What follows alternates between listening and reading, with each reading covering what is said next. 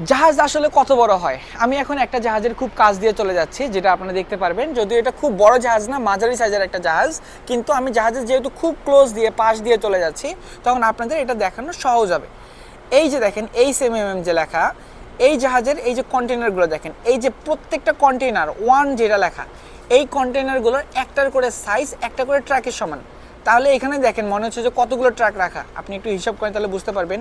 এখানে যদি কোনো মানুষকে দেখা যায় তাহলে আমি কম্পেয়ার করে আপনাদের দেখাতে পারতাম, কিন্তু অসুবিধাটা হচ্ছে এখানে এত বেশি কুয়াশা, বাইরে মানুষজনের থাকা আজকে খুবই টাফ।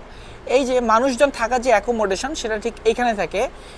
এই যে ছোট্ট লাল যে জিনিসটা দেখছেন, এটা কিছু একটা বাসের মতো বলতে পারেন। এটা একটা ছোট লাইফ বোট, যেটার ভিতরে মিনিমাম 24-25 জন থাকার মতো বা 24-25 জন নিয়ে সমুদ্রে চলার মতো এটার ব্যবস্থা রাখা আছে। তো এই যে লাল অংশটাই যদি 24-25 জন ধরে, তাহলে এটার সাথে কম্পেয়ার করেন জাহাজটা কত বড়, তাহলে আপনি এটা বুঝতে পারবেন।